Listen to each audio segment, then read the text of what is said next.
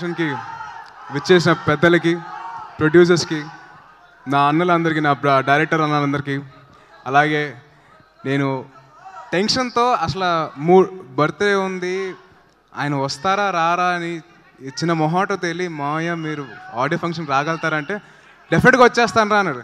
అంటే ఆయన కమిట్మెంట్, అంటే ఒక ఫ్యామిలీ తరపున కమిట్మెంట్. అంటే ఫ్యామిలీ అంటే నేను ఒక్కని కాదండి, మనందరినీ ఆయన ఫ్యామిలీగా దృష్టిలో పెట్టినారు కాబట్టి ఆడియో ఫంక్షన్ వచ్చేస్తానని చెప్పి వెంటనే అన్నారు. థ్యాంక్ యూ సో మచ్ మావయ్య, మీరు ఆడియో ఫంక్షన్ వచ్చేసి నాకు చాలా ఆనందంగా ఉంది. అండ్ కళ్యాణ్ గారి బ్లెస్సింగ్స్ ఎప్పుడు నాకు ఉంటాయండి. ఆయన గురువు గారు, ఎప్పుడు ఆయన బ్లెస్సింగ్స్ ఉంటాయి, నాకు ఆ ప్రాబ్లం లేదు. అండ్ యాక్చువల్లీ TV5 ఇంటర్వ్యూలో మిమ్మల్ని ఒక క్వశ్చన్ అడుగుదాం అనుకున్నాను. మిమ్మల్ని చూసిన వెంటనే క్వశ్చన్ ఏంటో మర్చిపోయి ఇంకేదో అడిగేశాను. 150th ఫిల్మ్లో మీ వెనకాల జూనియర్ ఆర్టిస్ట్ కింద రోల్ నాకు ఒక్క ఫ్రేమ్లో కనపడి వెళ్ళిపోతా, నాకు ఇంకేమవుతుంది. మీతో కూర్చొని ఇంటర్వ్యూ చేశాను, మీతో కలిసి ఒక చిన్న సీన్లో నటించి నేను వెళ్ళిపోతాను. నా జీవితంలో ఇది ఒక సార్థకత వస్తుంది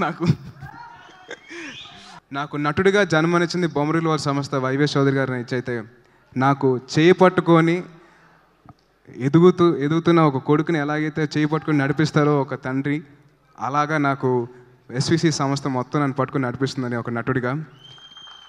సార్, నా చేయి ఇంకా మీ చేతిలోనే ఉంది సార్.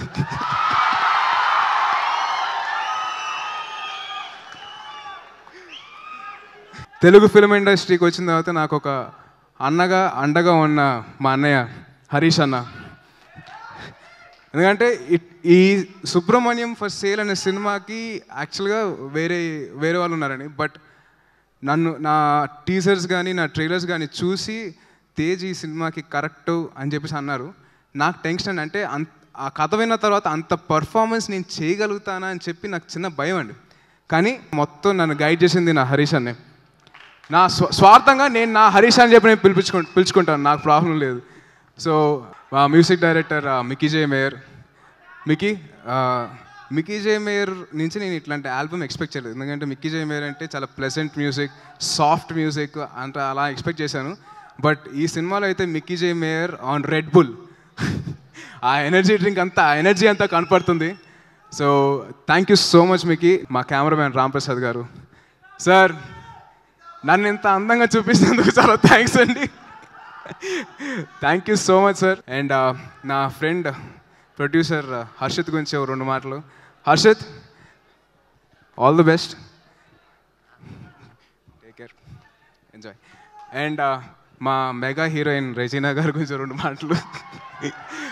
రెజీనా తోటి నేను ఇది నా 2వ సినిమా. తను కమిట్మెంట్ కానీ భాష రాకపోయినా తను చేసిన హార్డ్ వర్క్ నేను బాగా నేర్చుకున్నాను.